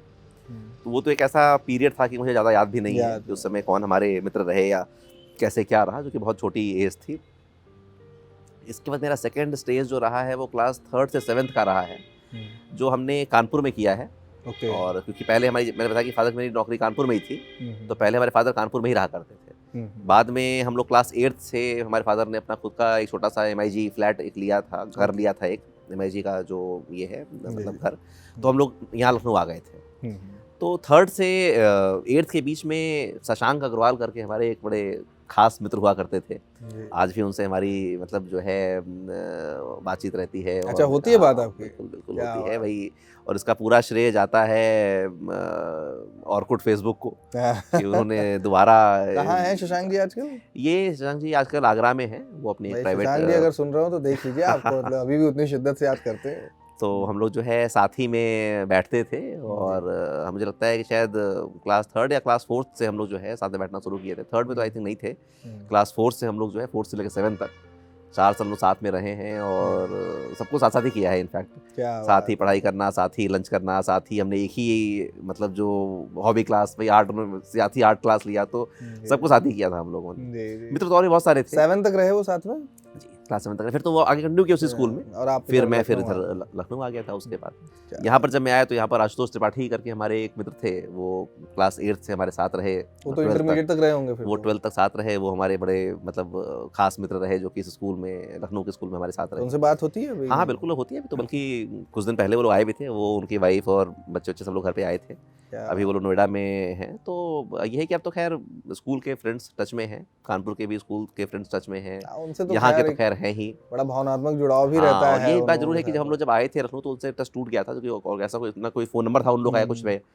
तो फिर बाद में हम लोग जब कॉलेज गए तो फिर फेसबुक वगैरह के माध्यम से दोबारा से फिर ग्रुप में जो है वो होके सबसे जो है वो चीज़ कनेक्शन हुआ। तो ये एक बहुत बड़ी क्रांति फेसबुक ने लाई। पुराने लोगों को ऑर्कुट जोड़ने पहली में थी, बाद में जो है फेसबुक तो आया। इससे जो है, लेकिन अब सब लोग टच में। इस मौसम का भी अपना आनंद है। हॉट कॉफी पूरी कोल्ड कॉफी हो गई है, लेकिन टेस्ट बहुत अच्छा है आपके यहाँ की कॉफी का। पहली साइकिल कौन सी लिए आप? और वो मतलब पहली- जिद से आई या मतलब स्वैच्छिक रूप से? पहली साइकिल तो बिल्कुल जिद से आई। एटलस की साइकिल थी, जी जो 16 इंच वाली साइकिल, जो मतलब मिड जी। साइज साइकिल होती है, तो जी। उसको लिया गया था। और चूँकि हमारे पेरेंट्स बड़े मतलब उनको वो था कि भाई बच्चा जो है वो कहीं घर से बाहर जो है जी। बहुत मतलब वैसे अच्छा वो लोग बड़े प्रोटेक्टिव पेरेंट्स थे। जी तो उनको लगता था कि भाई बाहर की दुनिया से जितना बचा के रखो अपना घर में रखो उतना जी। बेहतर है। तो थोड़े वो सब समस्याएं थी, लेकिन हम लोग काफ़ी भाई जिद किए कि भाई साइकिल तो चाहिए। जी तो उसमें फिर एटलस की साइकिल जो है लाई गई। और कानपुर में? कानपुर में हम लोग जब थे, जी। मुझे लगता है कि शायद हम क्लास 6-7 फोर्थ में रहे होंगे, अच्छा, फोर्थ फोर्थ फिफ्थ में रहे होंगे। बड़ी उस जल्दी समय जिद कर जो- लिया। वो 16 साल की 16 इंच की साइकिल थी ना, वो बहुत अच्छा, बड़ी छोटी साइकिल, वाली। बिल्कुल छोटी भी नहीं। 16 जी। इंच मतलब आपकी मिड वही आपकी जी, जो जी, नॉर्मल जी। साइकिल होती है वो 20-22 इंच वाली होती है, 24 जी, इंच का जी। ज़्यादा बढ़ जाती है। बट हमने 16 इंच की ली थी। एक तो बिल्कुल छोटी होती है जिसमें वो सपोर्टिंग व्हील लगे होते हैं, वो जी, नहीं, वो जी, तो जी। बचपन में मिल गई थी। हम्म। ये मतलब प्रॉपर हवा भरने हाँ, वाली जी, और जी, जो जी, साइकिल जी। जो होती है वो साइकिल थी। जी, तो उसको लिया गया था। और उसमें फिर उसकी भी कहानी है कि वो हम लोग लेकर आए और भाई चलाना तो आता नहीं है, जी। तो सड़क पे जो है वहाँ पे बगल में लेकर गए। और हलवाई पहले उस समय के टाइम पर हलवाई वगैरह जो है वो बाहर अपनी दुकान के बाहर ही लगाया करते थे सारी अपनी चीज़ें सामग्री वगैरह जो है। तो वो पूरे बड़े से कढ़ाई में दूध उबाल रहे थे काफ़ी, एक कढ़ाई, और वो नई साइकिल ढाके जो है वो सारा कढ़ाई का दूध जो है तो वो भी दंड आर्थिक दंड जो है हमारे माता पिता को घर वाले कहेंगे इसलिए साइकिल नहीं के खरीद साथ रहे साथ। तो आए लिए। लेकिन अच्छा रहा, वो एटलस की साइकिल जो है वो काफ़ी दिन साथ रही। जी जी। तो उसी से स्कूल जाते थे आप? स्कूल तो मेरा बहुत दूर था कानपुर में, वो तो हम लोग अच्छा, बस से अच्छा। जाया करते थे। ये ऐसे ही अपना कॉलोनी वगैरह हाँ, में वो चलाते हो? मतलब ऐसे ही, मतलब वो तो इंटरेस्ट लिया गया था, तो ऐसे जी, ही जी, ग्राउंड जी। ग्राउंड में ऐसे चलाने के लिए, करने के लिए। जी जी। पहला आप पे बेस्ड न्यूज़पेपर आर्टिकल याद है जब आपको अच्छा लगा हो कि यार मतलब ठीक है? वैसे तो आप शुरू से ही जब आपका आइटम सिलेक्शन हुआ होगा या वो हुआ होगा तभी से सारी चीजें रहे होंगे, लेकिन पहला कोर सिर्फ आप पे बेस्ड कोई आर्टिकल ऐसा आया हो जो आपको लगा हो कि यार मतलब है, मतलब ये वाला रिकॉग्निशन हो गया है अब कि हमारे ऊपर आर्टिकल आ रहे हैं? अखबारों में देखिए आर्टिकल जो है वो 2-3 स्थानों पर आए हैं जी जी। जो कि ज़्यादा खास हैं दिल के। हाँ, वैसे जी। तो फिर बहुत बार आर्टिकल्स निकले, हम्म, लेकिन कुछ ज़्यादा खास हैं दिल के। हम्म, इसमें सबसे पहली जो मुझे ध्यान है वो आर्टिकल थी, हम लोग जब स्कूल में थे और हमने मैथ्स ओलंपियाड क्लियर किया था। ओके। तो ओलंपियाड जो है वो काफ़ी कठिन परीक्षा होती है। मैंने आपको जानकारी इसके बारे में ये असल में एक रीजनल मैथ्स ओलंपियाड होता है। ओके। तो रीजनल मैथ ओलंपियाड में पूरे कंट्री से 20 बच्चे सिलेक्ट होते हैं। ओके। एग्ज़ाम एक होता है मैथ्स का, तो ओके। उसमें 20 बच्चे होते हैं सिलेक्ट। तो मुझे लगता है कि शायद मैं क्लास 9th में था उस टाइम पे। 9th हाँ, मैं क्लास 9th में ही था उस समय। तो उस समय इसका जो है वो हुआ था, तो उसमें हमने एग्ज़ाम दिया था, तो मेरा सिलेक्शन उसमें हुआ था। एंड यूपी से मैं इकलौता था अच्छा। फ्रॉम यूपी जिसका सिलेक्शन हुआ था जी। इस वाले मतलब परीक्षा में। तो उसमें फिर जो है मतलब फर्स्ट टाइम वहाँ के अखबारों ने जी। बड़ी प्रमुखता से निकाला था क्या कि बात भाई है। यूपी का जो है मतलब, चूंकि उसमें ये नहीं तो मैं होता लखनऊ में ही थे आप? मैं लखनऊ में था, मैं पढ़ाई कर रहा था। यहीं पे आर्टिकल आया था लखनऊ में? हाँ, तो उसमें आर्टिकल आया था, और चूंकि इसमें कोई भाई ऐसा था ना कि राज्य का ये है भाई, हो सकता है भाई यूपी में मैं ना होता तो कोई भी ना होता, तो उसको काफ़ी उन्होंने निकाला था कि भाई मतलब एक हमारे जो है मतलब स्टूडेंट ने उसने जो है वो चीज़ करी है। और फिर इवन हमारे स्कूल के भी जो मैनेजर वगैरह थे उन लोगों ने भी काफ़ी इसको फिर जो है मतलब प्रेज वगैरह किया और ये सब चीज़ें की। तो वो एक आर्टिकल जो है LPS में थे आप? हाँ, LPS में, तो वो बड़ी जो है मुझे मतलब दिल के नज़दीक है। वो पहली मतलब रिकॉग्निशन है जो कि अखबारों में आई थी। उसके बाद फिर तो जब सिलेक्शंस हुए थे IIT में उस टाइम पर आई थी, तो वो स्पेसिफिक मेरे नाम, क्योंकि उसमें तो जितने भी लोग थे उन सबका वैसे था बाद में जब आईएएस में सिलेक्शंस हुए तो फिर जो हमारी फिजिक्स की कोचिंग थी जी, उन्होंने अलग से, चूँकि हमारे हाईएस्ट नंबर आए थे फिजिक्स में, जी, जी, तो उन्होंने अलग से फिर आर्टिकल्स वगैरह जो निकाले थे। आज भी हमारा कुछ कुछ इंटरव्यू है वो उनके डायस के वेबसाइट पे पड़ा हुआ है, जी, तो जी, उसमें कैसे प्रिपरेशन करनी चाहिए क्या है वो सारा कुछ उसमें। जी, जी। और इसके बाद फिर आईएएस में आ जाने के बाद तो फिर ये नहीं, बड़ी फिर तो सामान्य मतलब प्रक्रिया हो जाती है। लेकिन वो पहली बार देखिए आप क्लास 9th में रहे होंगे लेकिन वो अभी तक याद है। हाँ, हाँ जी। तो इस सेगमेंट का आशय भी यही था कि उन चीज़ों को हम जान पाए। तो क्लास 9th में पहली बार ऐसा हुआ कि जब आप पे बेस्ड आर्टिकल आया। पहला फ़ोन कौन सा लिए, किस सन में? पहला फ़ोन हमारा बड़ा कॉस्टली फ़ोन था। तो उसकी भी कहानी है। वो हमारा जब सिलेक्शन हो गया आईआईटी में, तो 2003 की बात है। तो उसमें आईआईटी में हमें जो है पहली बार 2003 में, उस समय मोबाइल फ़ोन बहुत रेयर था। बहुत रेयर था, बिल्कुल। उस समय मोबाइल फ़ोन बहुत रेयर हुआ करता था एक्सपेंसिव भी हुआ और करते थे। एक्सपेंसिव भी हुआ करता था। तो उस टाइम पे हमारी मदर ने जो है मतलब एक बहुत मतलब इनफैक्ट बेसिकली वो उनका फ़ोन था। जी, जी। सोनी एरिक्सन, उस टाइम पे सोनी एरिक्सन के फ़ोन आया करते थे। इनकमिंग के भी पैसे लगते थे उस समय? इनकमिंग के पैसे शायद लगते लगते थे, मुझे तो ध्यान नहीं है। मतलब लेकिन ये है कि उस समय मोटरोला का और नोकिया जी, का जी, फ़ोन बहुत जी, चला जी, करता था। जी, जी, नोकिया मत के एक फ़ोन वो हुआ करता 3310 था, वाला हाँ, जो वो वाला, आता था, और जी, जी, मोटरोला जी। का जो है वो बड़ा सा जी। होता था। जी, जी, वो फ़ोन काफ़ी चला करते थे। लेकिन ये सोनी एरिक्सन का बड़ा महंगा फ़ोन, मतलब सोनी बिल्कुल नई आई थी जी, और जी, जी, उसका बड़ा महंगा कॉस्टली, मतलब one of the costliest phone जो है जी, जी, सोनी का था। तो वो जो है बल्कि इनफैक्ट हमारी मदर ने अपनी नौकरी होने पे उन्होंने अपने लिए लिया था। क्या लेकिन जब हमारा सिलेक्शन हुआ तो तो उन्होंने आपको अपना फ़ोन जो है वो हमें दे दिया था। क्या बात। और फिर हम जब इनफैक्ट जब मैं कॉलेज आया तो कॉलेज में मतलब I was the only one जिसके पास अपना मोबाइल फ़ोन था। क्या वरना उस बात। समय वही कल्चर था कि भाई हॉस्टल में लैंडलाइन एक फ़ोन कॉमन है लगा हुआ है वहाँ और पे। वहाँ पे भाई घर वालों को फ़ोन करना है तो वहाँ पे फ़ोन आएगी, जी, आपको जी। बुलाया जाएगा, हम्म। या फिर पीसीओ है, हाँ। आप जाके पीसीओ से फ़ोन करें। तो पीसीओ वाले दौर में और उस वाले दौर में जो है हमारे पास सोनी एरिक्सन का मोबाइल फ़ोन जो है क्या बात है। तो पहला वो फ़ोन हमने, आपका सोनी हाँ, एरिक्सन रहा। वो रहा और मैंने काफ़ी उस दिन उसको रखा भी, एज़ हम्म, मेमोरी रखा उस फ़ोन को। लवासना में आपका प्रशिक्षण हुआ, मतलब सभी का होता है, तो वहाँ पे पहला मित्र कौन बना? लवासना में तो देखिए वहाँ पे तो चूँकि अब उस समय तक आप काफ़ी मतलब बड़े हो चुके होते हैं तो पहला और सेकंड का बात नहीं रहता है। लेकिन हाँ, हमारे रूम पार्टनर राहुल सिन्हा जी थे, अच्छा। तो उनसे हमारे बड़े अच्छे टर्म रहे। आईएएस, और वो भी हाँ, आईएएस? आईएएस जी, लॉस में सारे आईएएस ही रहते हैं ना। जी, जी, जी। तो उसमें बल्कि हमारा फाउंडेशन कोर्स में तो आईएएस आईपीएस भी रहते हैं, जी, आईएएस जी, आईपीएस और फॉरेन सर्विसेज के। हम्म, लेकिन ये है कि हमारे रूम पार्टनर उस समय कोई और थे। जी, जी। राहुल सिन्हा जी हमारे रूम पार्टनर उसके बाद रहे हैं, मतलब फाउंडेशन के बाद वो फेज़ कहाँ 1 है में, अभी? फेज़ 2 में। वो झारखंड कैडर के हैं। झारखंड का। हाँ। तो वो हमारे जो है बड़े अजीज़ मित्र रहे और उनके साथ जो है बड़ा अच्छा समय बीता। राहुल जी सुन रहे हो तो भाई आपको आपको हम लोग याद कर रहे हैं यहाँ पे।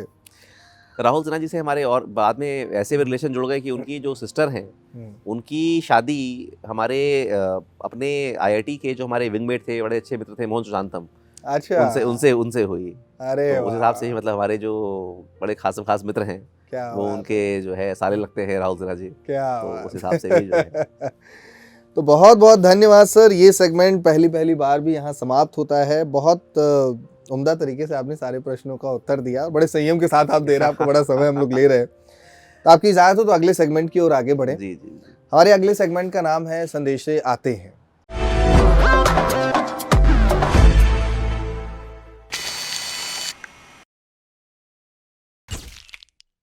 ये जब लोगों को पता चलता है कि हमारे गेस्ट कौन हैं तो बहुत सारे प्रश्न अपने भेजते हैं। कुछ चुनिंदा प्रश्न चुरा करके लाया हूँ के लिए, और उम्मीद करते हैं कि आप जितने बेबाकी के साथ सारे प्रश्नों के उत्तर दे रहे हैं उसी बेबाकी के साथ इसके भी उत्तर देंगे। तो पहला प्रश्न ये है हमारे दर्शकों का कि लबासना जो इंस्टीट्यूट है जहाँ पे आईएएस की ट्रेनिंग होती है आप लोगों की सिलेक्शन के बाद, वहाँ का अनुभव कैसा रहा? चूँकि आप आईआईटी जैसे एक इंस्टीट्यूट से गए थे और बहुत सारा एक्सपोज़र आपको ऑलरेडी था, तो क्या लबासना में जाने के बाद कुछ, वैसे तो प्रशासनिक आपकी जो प्रशिक्षण चल रहा था वो चल ही रहा था, लेकिन और कुछ ऐसा अनुभव? नहीं, लबासना का अनुभव जो है वो एक डिफरेंट अनुभव था। जी, अब एक तो देखिए लबासना का कैंपस बहुत छोटा है एज़ कम्पेयर टू आईआईटी। जी, लबासना में जो लोग जितने नंबर्स होते हैं वो बहुत कम होते हैं एज़ कम्पेयर टू आईआईटी। तो एक लबासना एक ज़्यादा क्लोज निट मतलब ग्रुप है। अच्छा, मैं दर्शकों के लिए थोड़ा सरल कर दूं सर, लवासना का जरा मतलब बता दीजिए, क्योंकि लवासना लोग सुनते तो बहुत हैं कि वहाँ आईएएस की ट्रेनिंग होती है।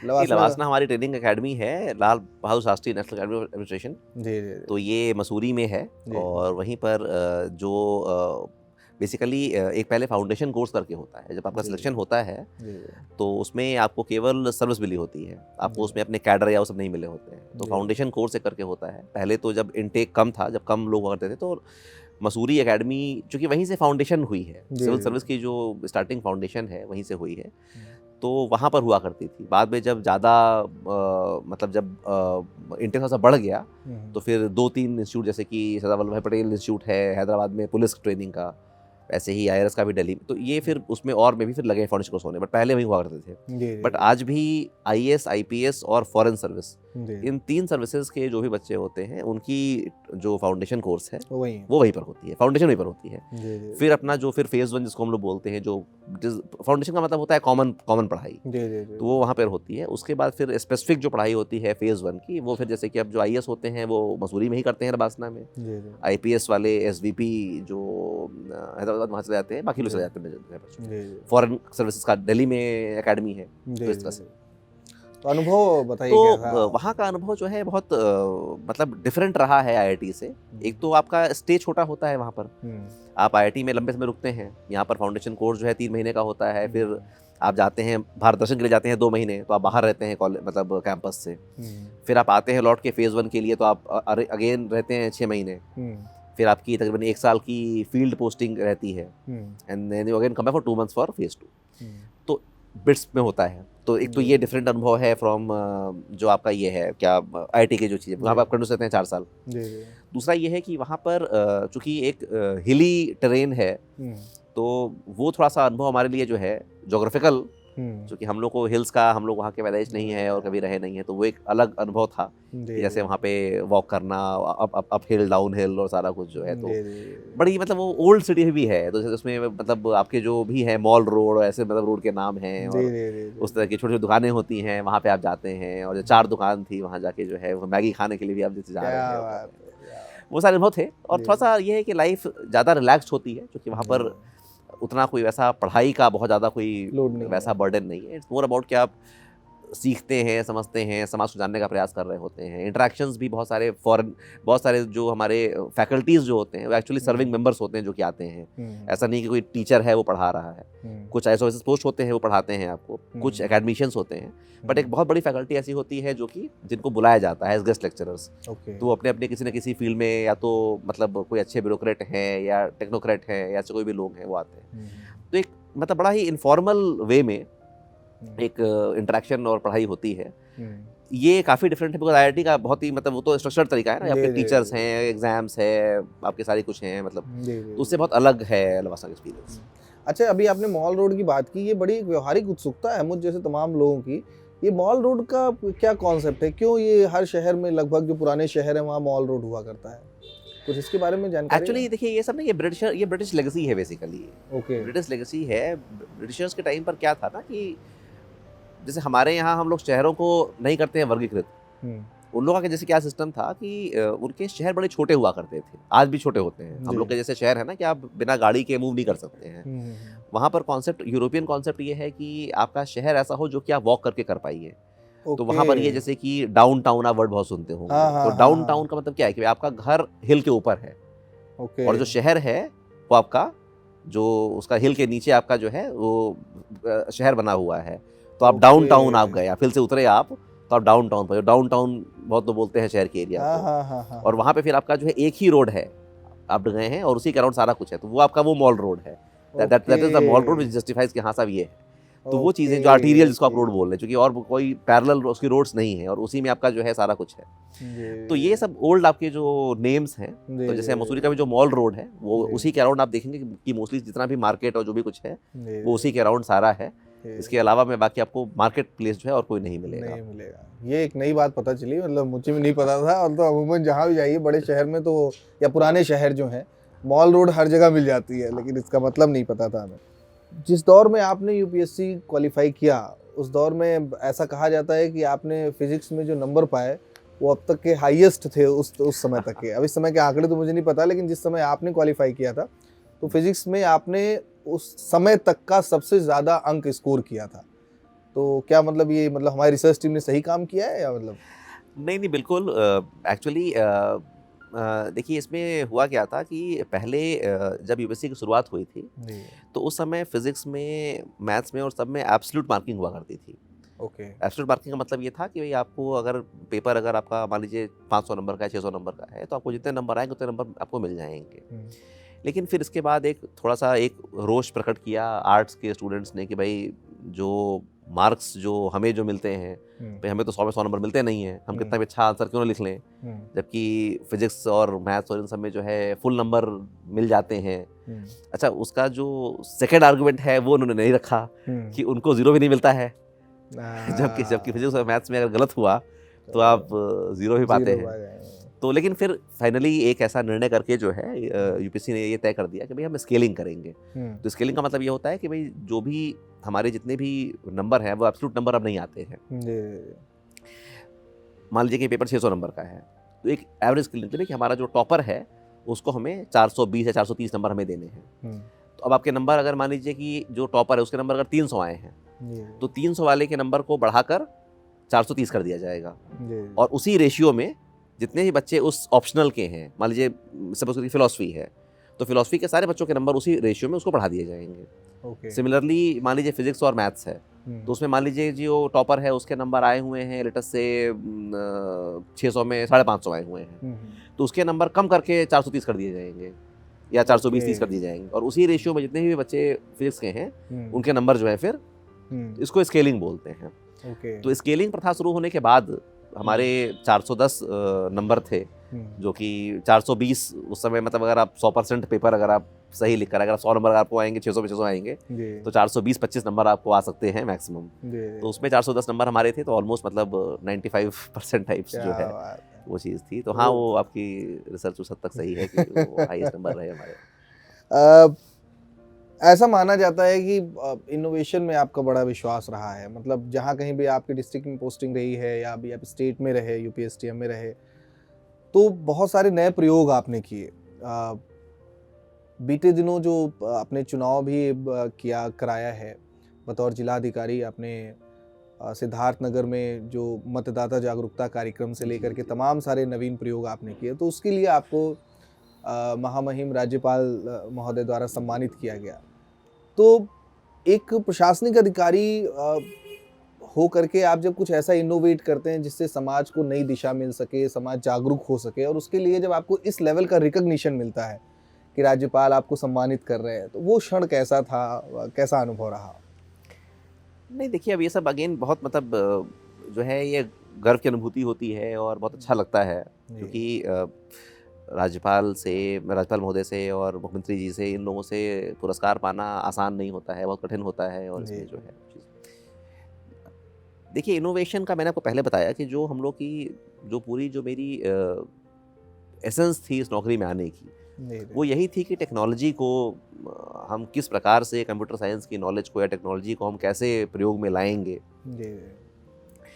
अपने कंट्री के बेहतरी के लिए। और हमने जॉब में आने के बाद लगातार हमने प्रयास किया है कि चूँकि थोड़ी मुझे टेक्नोलॉजी की अंडरस्टैंडिंग है तो किस प्रकार से आईटी सॉल्यूशंस को, सॉफ्टवेयर सॉल्यूशंस को हम लोग बेहतर कर सकते हैं। तो इवन इलेक्शन में भी जो हमें दिया गया था अवार्ड, वो आईटी इनोवेशन के लिए ही दिया गया था। हम लोगों ने, चूँकि एक बड़ी समस्या रहा करती थी उस समय, अभी भी आई थिंक अब उसको कुछ ठीक किया गया है कि वोटिंग परसेंटेज क्या है। प्रॉब्लम क्या है कि एज डिस्ट्रिक्ट इलेक्शन ऑफिसर हम लोग का रोल ये होता है कि हम अधिक से अधिक हम वोटिंग करवा सकें। लेकिन अब सपोज करिए कि कोई एक स्पेसिफिक पॉकेट है, वहाँ पर वोटिंग कम हो रही है, तो अगर वो सूचना मुझे रियल टाइम में मिल जाएगी तब तो हम लोग वहाँ पर अपनी कोई टीम भेज के या किसी को मोबिलाइज करके हम लोग जान सकते हैं कि क्या बात है। कोई ऐसा तो नहीं कोई किसी को रोक रहा हो वोट डालने से, या कोई आक्रोश हो इसके लिए लोग वोट डालने ना आ रहे हो तो उनको भाई मनाया जाए, बात सही बात बताई जाए। लेकिन ये हम जब रियल टाइम में जब जान पाएंगे तभी ये संभव है। अगर हम शाम में जानेंगे तो ये संभव नहीं है। तो एक प्रक्रिया ये थी कि जो सेक्टर मजिस्ट्रेट हुआ करते थे वो घुमा करते थे और वो लोग जो है फिर एसएमएस वगैरह किया करते थे हर 2 घंटे पे।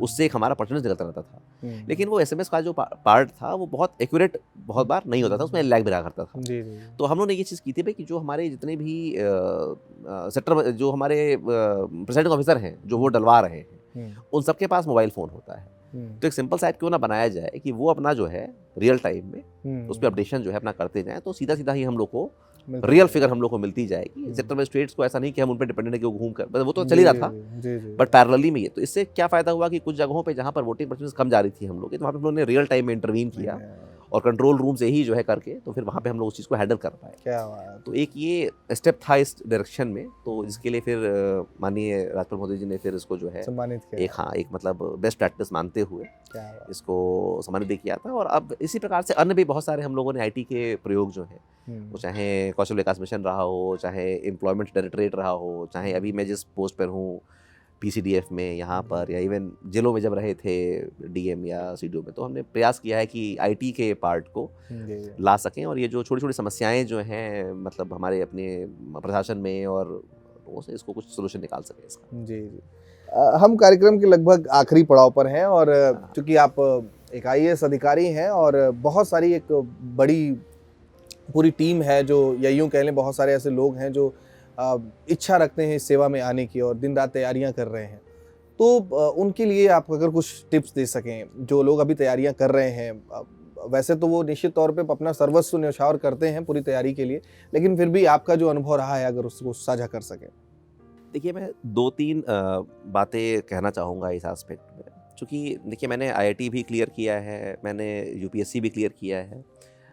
दोनों जो एग्ज़ाम हैं हमने टॉप रैंक से क्लियर किए हैं। आईआईटी में भी हमें कंप्यूटर साइंस बीटेक मिला जो लोगों की फर्स्ट चॉइस होती है। यूपीएससी में आईएएस मिला जो यहाँ लोगों की फर्स्ट चॉइस होती है। तो इन दोनों जॉब को करने के बाद और अब आज 10 साल जॉब में बिताने के बाद मैं एक ही चीज़ कहना चाहता हूँ कि कोई भी सर्विस अपने आप में पूर्ण नहीं होती है। आप जीवन में कुछ भी करेंगे उसमें आप पाएंगे भाई कि इसमें कुछ अच्छाइयाँ हैं और कुछ बुराइयाँ हैं। तो इसलिए किसी भी व्यक्ति को अपने किसी जीवन को ना किसी एक एग्ज़ाम के साथ जोड़ नहीं लेना चाहिए कि अगर इसमें सिलेक्शन नहीं हुआ तो हम सब कुछ हार गए, सब कुछ छूट गया। क्योंकि ऑब्वियस सी बात है कि भाई अब आईएएस में अगर मान लीजिए कि 1000 सीटें हैं तो 1000 बच्चे तो सिलेक्ट होंगे। अगर आईआईटी में 10,000 सीटें हैं 10,000 बच्चे सिलेक्ट होंगे। बट हमारी जो जनसंख्या है वो तो 11,000 तो है नहीं, नंबर 1। नंबर 2, ऐसा भी नहीं है कि 11,000 लोग ही देश चला रहे हैं। बिल्कुल सही। या 11,000 लोग ही अमीर हैं या उनके पास पैसा है या वो सफल हैं, ऐसा नहीं है।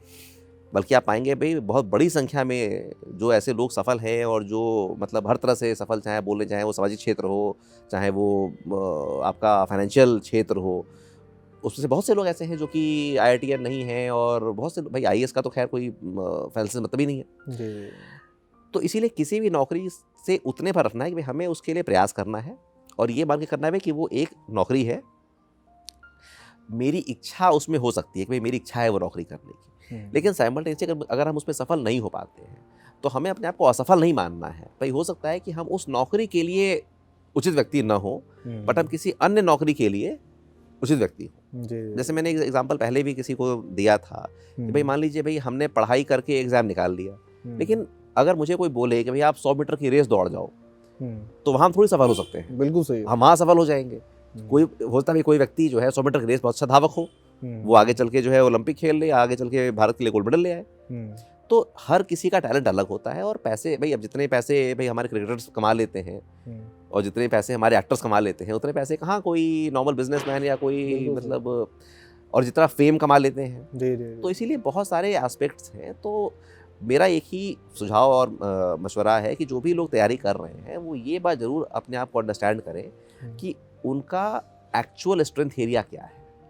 केवल पीयर प्रेशर में आके, समाज के प्रेशर में आके, माता पिता के प्रेशर में आके हम किसी एग्ज़ाम को जो है ना लिखें, नंबर 1। नंबर 2, अगर मेरी इच्छा भी है तब भी अगर हम लिखते हैं तो ये बड़ी संभावना है कि इसके बाद भी नहीं हो पाएगा, कोई कॉम्पिटिशन है। अगर आप 1000 के में अगर 1500 भी हैं कंट्री में तो 1000 तो नहीं आ पाएंगे ना आप छूट जाएंगे। तो वैसे कंडीशन भी आपको डीमोटिवेट बिल्कुल नहीं होना है। तो ये चीज़ बिल्कुल ना रखें कि सब हमारी अपनी ना बिल्कुल जीवन इसी से लिंक्ड है और हमें यही करना है। ये सोच रखेंगे तो आपके मन पे प्रेशर टेंशन कम रहेगा।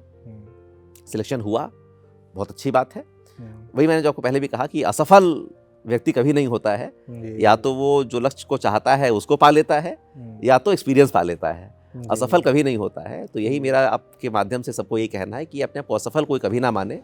और अगर एक परीक्षा क्लियर नहीं होती है तो किसी अन्य प्रयोजन पे वो तुरंत जाए और वहाँ पे सफल जरूर होगा। मुझे नहीं लगता है कि आज के देश में, आज की हमारी समय में ऐसा कोई भी व्यक्ति है जो कि अपने लिए अच्छा नहीं कर सकता और नहीं कर रहा है। अब हमारी जो इकोनॉमी है, जो हमारी कंडीशंस हैं, हर व्यक्ति जो व्यक्ति जहाँ है वो अपने लिए अच्छा कुछ ना कुछ कर रहा है और कर सकता है। इस फेज से आगे बढ़िए और जरूर सफल होइएगा। बहुत अच्छी टिप आपने दी है। और एक आखिरी सवाल इस सेगमेंट का है कि जब आप कॉर्पोरेट जॉब में होते हैं तो एक तय होता है कि ये इतने बजे से इतने बजे तक की जॉब है। हालांकि किसी महत्वपूर्ण पद पे होते हैं तो वहाँ पे आप समय सीमा में नहीं बंधे होते, तो प्रशासनिक सेवा में लेकिन फिर भी जब आप किसी जनपद में होते हैं या स्टेट में भी हैं तो लगभग 24/7 की जॉब होती है। क्योंकि आप जिस विभाग का प्रतिनिधित्व कर रहे हैं, जिस जनपद का प्रतिनिधित्व कर रहे हैं, वहाँ किसी भी समय किसी प्रकार की जरूरत आ सकती है। ये किस प्रकार का प्रेशर है, मतलब व्यक्तिगत जीवन के लिए, मतलब कितना समय प्रेशर है? के फॉर्म में देखिए मत देखिए। पॉइंट ये है कि देखिए 24/7 देखिए बोलने की बात होती है। 24/7 कोई व्यक्ति काम नहीं कर सकता है, ना काम होता है, ऐसा नहीं है। ये होता है कि आपकी जिम्मेदारी 24/7 है जी। अब सामान्य दिनों में कोई घटनाक्रम नहीं होता है तो आप भी इवन प्रशासन में अभी अपना आप टाइम से ऑफिस गए, शाम में आ गए, बाकी चीज़ें अपने फाइल वर्क करा, बाकी चीज़ें करी।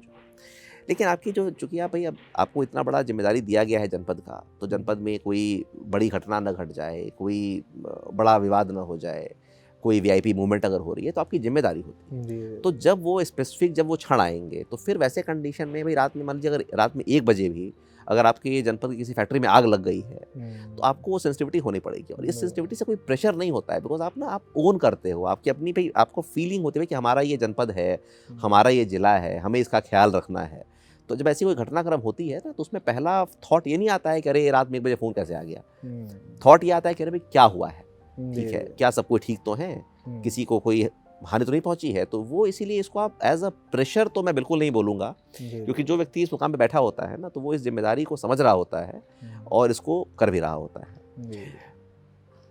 प्रेशर उस सेंस में है कि देखिए जिम्मेदारियाँ बहुत सारी हैं, डेवलपमेंटल वर्क भी है, लॉ एंड ऑर्डर वर्क भी है, तमाम वीआईपी मूवमेंट्स भी है, तो काम कम नहीं है।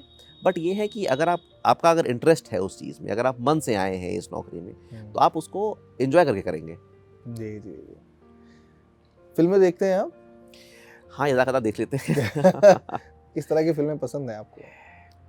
फिल्में मोस्टली हमें साइंस फिक्शन सबसे ज़्यादा पसंद है। तब तो बॉलीवुड से थोड़ी दूरी होगी आपकी। हाँ। क्योंकि तो मतलब हॉलीवुड की फिल्में ज़्यादा पसंद हैं। हाँ, हॉलीवुड की फिल्में जी। तो बहुत बहुत धन्यवाद। यहाँ पे हमारा ये भी सेगमेंट समाप्त होता है, संदेशे आते हैं। अगले सेगमेंट की ओर बढ़ते हैं जिसका नाम है चलते चलते। ये हमारा आखिरी सेगमेंट है।